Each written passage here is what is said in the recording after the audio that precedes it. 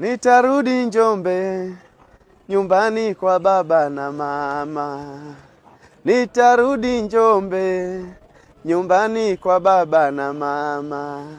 Naipenda Njombe, Njombe inapendeza.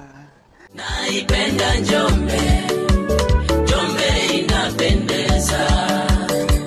Nikifika Njombe. Watu wa Njombe na Tanzania kwa ujumla, Kamwene, Mapembero, na wasalimu kwa jina la Jamhuri ya Muungano. Naitwa MC Jackson Mgeni, mwimbaji wa nyimbo za asili kutoka mkoani Njombe, Tanzania. Mimi ni mzaliwa wa kijiji kinaitwa Uhekule, kipo wilaya ya Wanging'ombe, mkoa wa Njombe. Na kuhusu historia ya sanaa ya muziki wa asili, nimeanza tangu nikiwa mdogo. Shule ya msingi, miaka ile kulikuwa na vipindi vya ngoma za asili shuleni. Huko ndiko nilikoanzia. Na baadaye kwa sababu ya harakati za maisha hapa na pale, katika kujitafuta, sikuendelea na muziki. Lakini mwaka 2018 nikaingia rasmi kwenye muziki huu wa asili.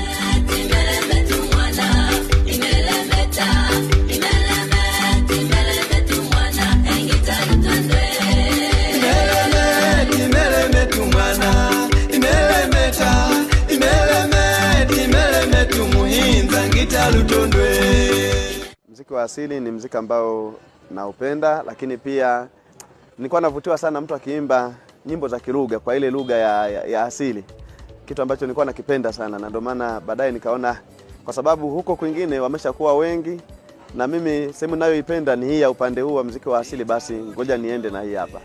Namshukuru Mungu, nikaanza, mambo yakawa mazuri. Wapo kwa sababu muziki wa asili kwanza, hata uvaaji unavaa yale manguo ya asili. Kwa hiyo kuna mtu anakuambia, mwanangu, umri huo unakuwa kama mganga. Unakuwa kama mganga, lakini pia wewe uko Dar es Salaam, alafu muziki wa asili wapi na wapi? Kwa hiyo vitu kama hivyo, lakini kwa sababu ni kitu ambacho nakipenda kutoka moyoni, nikasema potelea mbali, nitafanya.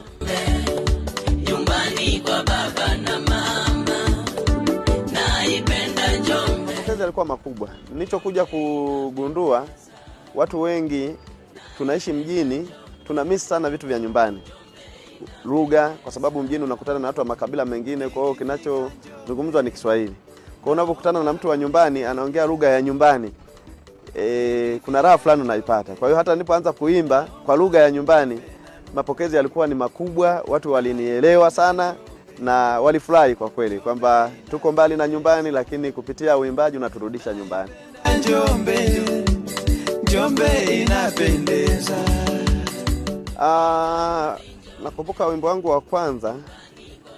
wa kwanza ilibidi nitafute nyimbo ambazo zimepigwa live Njombe, hizi tunaita mutuli.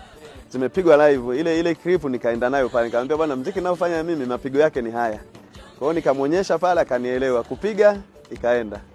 Sasa ameshazoea kwa sababu studio ninayotumia kwa sasa, zamani ilikuwa ni ya mtu ambaye sio wa Njombe, lakini kwa sasa studio ninayotumia ni ya mtu wa Njombe ambaye anaelewa ninachokifanya. Ni Jericho Ndelwa. Kibekinga, mimi niliondoka Kibekinga. Niliondoka, wenzangu walibaki huko. Mimi nikaondoka kwa sababu ya mambo kadhaa ambayo niliona kama Kibekinga inanibana. Kwa hiyo nikaona ngoja nikae pembeni ili niwe huru zaidi. Utofauti ni mkubwa kwa sababu muziki wa asili kwanza ni kitu ambacho hawafanyi wengi. Kwa hiyo haina ile ya kuigana.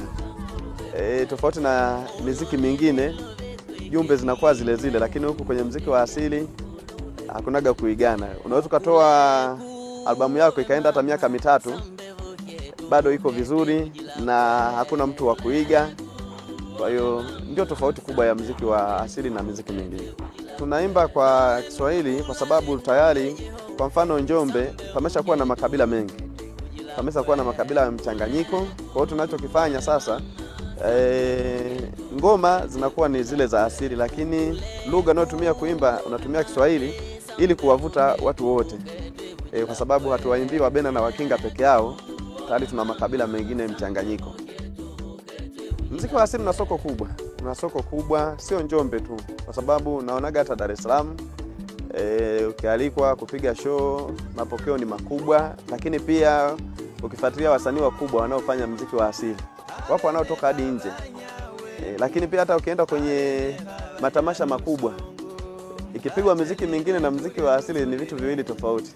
Muziki wa asili kwanza unachezeka, pili ni muziki ambao una maadili ya Kitanzania. Mtu yeyote anaweza kaangalia, mtu yeyote anaweza kacheza, mtu yeyote anaweza kaimba. Kwa hiyo ni muziki ambao haujabagua makundi.